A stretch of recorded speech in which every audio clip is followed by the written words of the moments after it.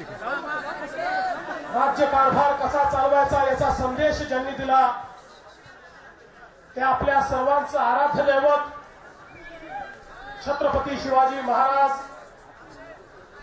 जगन्माता आई जिजाऊ आणि ज्यांचं तेज आपल्या सर्वांना प्राप्त होतं अशी महाराष्ट्राची कुलस्वामिनी आई तुळजाभवानी यांना मी या ठिकाणी साष्टांग नमस्कार करतो, नमन करतो आणि मानाचा मुजरा करतो।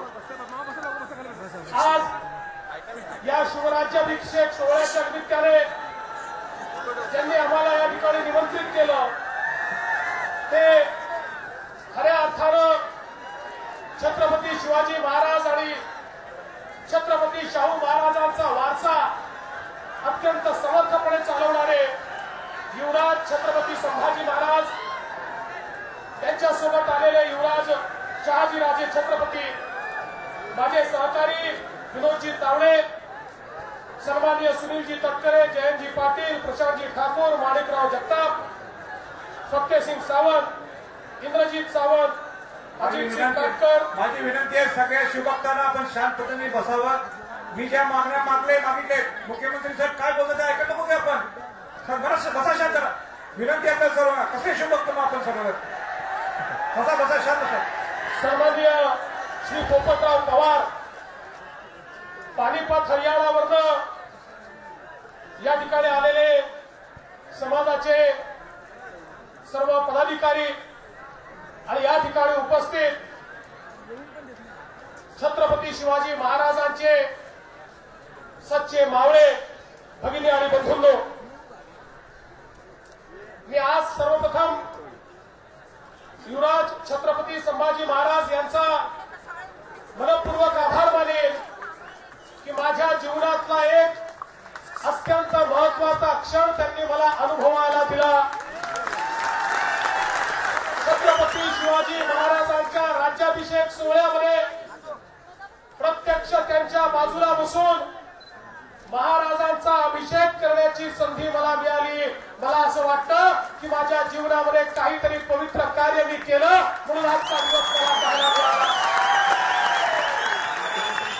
ज्या राजानं केवळ भारतालाच नाही तर संपूर्ण जगाला राज्यकारभार कसा चालवला पाहिजे याचा संदेश दिला आणि छत्रपतींचं खरं महात्म्य कशात आहे की ज्यावेळी अखिल हिंदुस्थानातले राजे आणि सरदार हे मोगलांचं मांडलिक बनवून त्या ठिकाणी काम करायला तयार होते, पारतंत्र्यामध्ये त्यांचे सरदार म्हणून विरोधांना धन्यता मानत होते, त्यावेळी 14 वर्षाचा एक तरुण सांगतो की मी स्वराज्याची स्थापना करेन, हे माझं राज्य आहे, हे रयतेचं राज्य आहे आणि स्वराज्याशिवाय जगणं म्हणजे पारतंत्र्यात जगण्यासारखं आहे, मी कोणाचा मांडलिक होणार नाही।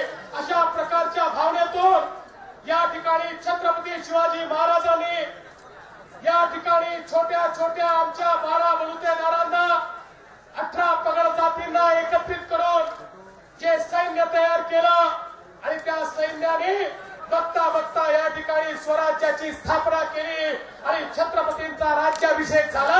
अशा प्रकारचं पहिल्यांदा आम्हाला स्वातंत्र्य जर कोणी दिलं असेल तर ते छत्रपती शिवाजी महाराजांनी दिलं आणि म्हणून या छत्रपती शिवाजी महाराजांना हा महाराष्ट्र आणि हा हिंदुस्थान कधीच या ठिकाणी विसरू शकत नाही।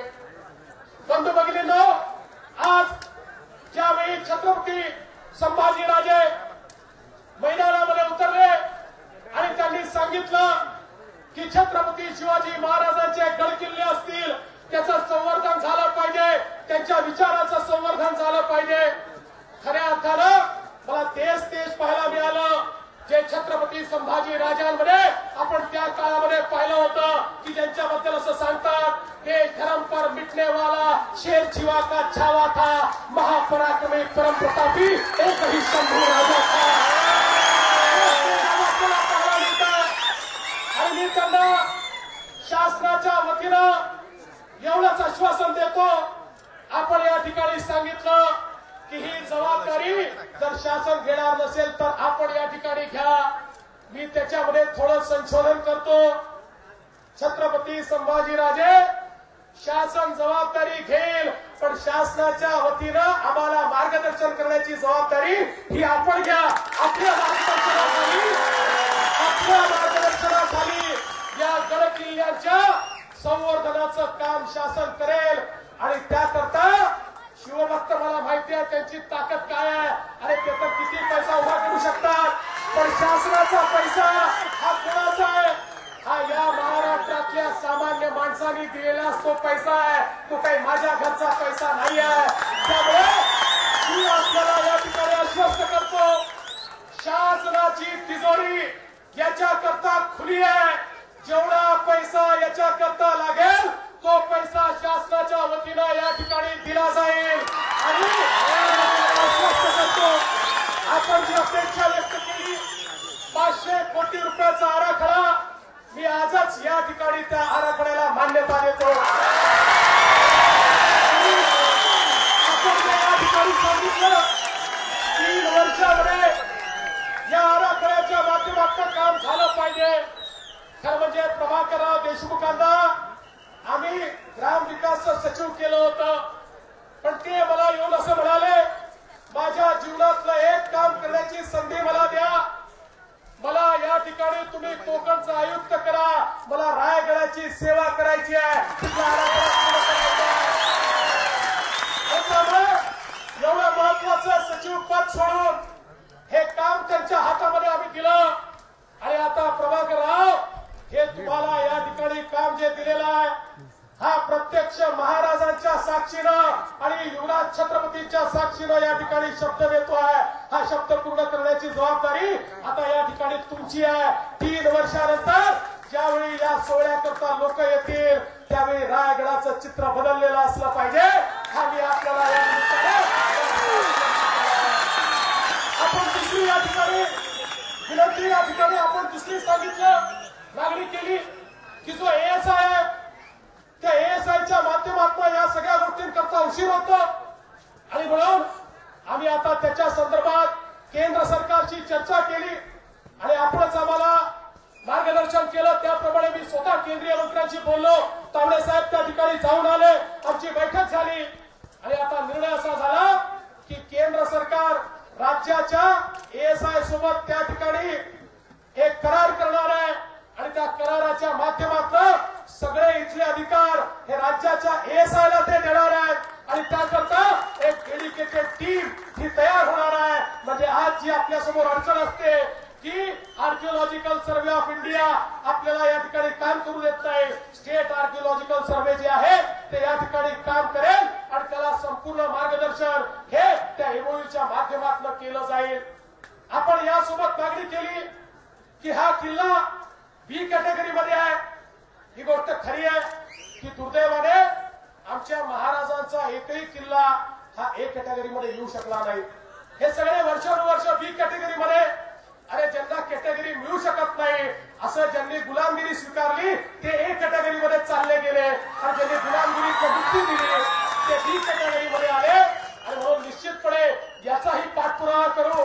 ए कॅटेगरीमध्ये येण्याकरता ज्या कामांची आवश्यकता आहे ते प्राधान्याने करू आणि या ठिकाणी निश्चितपणे महाराजांचा किल्ला ए कॅटेगरीमध्ये येईल याकरता संपूर्ण कार्य हे आमच्या वतीनं केलं जाईल. मी माननीय विनोदजी तावडे आणि महाराजांचं छत्रपती संभाजीराजेंचं या ठिकाणी अभिनंदन करतो आणि आभार मानतो की एक महत्वाची गोष्ट त्यांनी हातामध्ये घेतली. ज्यावेळी आम्ही असं म्हणतो की आमचा राजा हा देशाचा नाही ते जगाचे राजे होते, त्यावेळी आमच्या राजांचा एकही किल्ला हा जागतिक वारसा असू नये ही दुर्दैवाची बाब होती. एक दिवस छत्रपती संभाजीराजेंचा मला मेसेज आला. मी त्यांना विचारलं की काय आपलं काय म्हणणं आहे. ते म्हणाले मी स्वतः या ठिकाणी जो जागतिक वारसा युनेस्कोचा असतो त्याच्या ज्या प्रमुख आहेत त्यांच्याशी बोललो आहे. राज्य सरकारची मदत हवी आहे, आम्ही तातडीनं ते करायला तयार आहोत. आमचे विनोदजी पुढे सरसावले. त्यांनी आणि महाराजांनी या ठिकाणी या 5 किल्ल्यांची पाहणी केली आणि मला विश्वास आहे की ज्या प्रकारची कार्यप्रणाली त्यांनी सुरू केली आहे लवकरच आमच्या महाराजांचा किल्ला देखील केवळ राज्याचा नाही, देशाचा नाही, जागतिक वारसा या ठिकाणी बनेल हा विश्वास या निमित्ताने मी व्यक्त करतो. म्हणून मी आज या निमित्ताने एवढंच सांगतो, आम्ही या ठिकाणी राज्यावर आलो ते केवळ छत्रपतींच्या आशीर्वादाला आलो. अरे माझ्यासारख्या माणसाची अवकात काय होती या ठिकाणी मुख्यमंत्री बनायची. छत्रपतींचा आशीर्वाद या ठिकाणी प्राप्त झाला आणि छत्रपतींच्या आशीर्वादामुळे आज या ठिकाणी मुख्यमंत्री पदावर आहे. त्यामुळे एकच शब्द तुम्हाला देतो, छत्रपतींच्या आशीर्वादानं जो व्यक्ती या सिंहासनावर बसलाय, सिंहासन नाही आहे, मी तर सेवक म्हणून त्या ठिकाणी बसलो आहे, छत्रपतींचा सेवक म्हणून बसलो आहे. कधीही माझ्या हातून असं काम होणार नाही की ज्यांनी छत्रपतींचा सेवक म्हणून घ्यायची माझी हिंमत राहणार नाही. अरे या ठिकाणी चुकलो तर छत्रपतींचा सेवक म्हणून या टकमक टोकावरनं मला त्या ठिकाणी खाली फेकून द्या.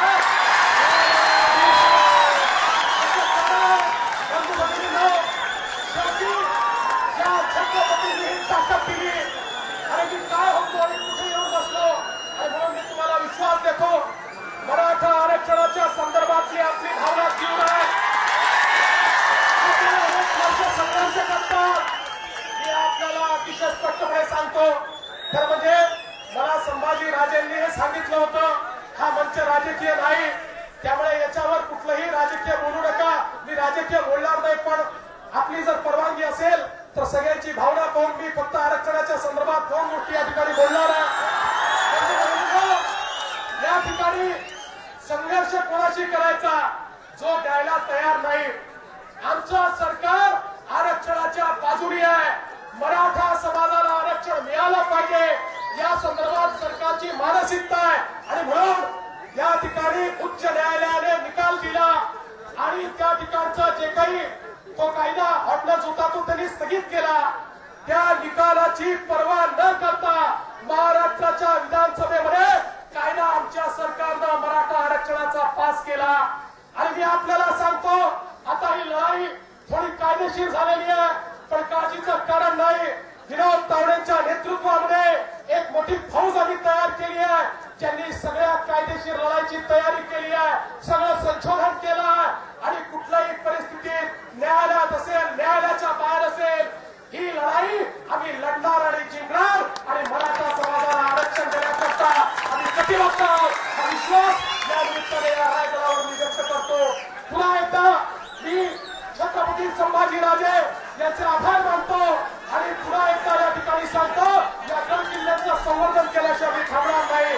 त्यासोबत कॅबिनेटच्या संदर्भात या ठिकाणी आपण मागणी केली आहे, जरूर या ठिकाणी एक कॅबिनेट घेतली जाईल हा देखील मी आपल्याला विश्वास देतो आणि माझं सांगतो.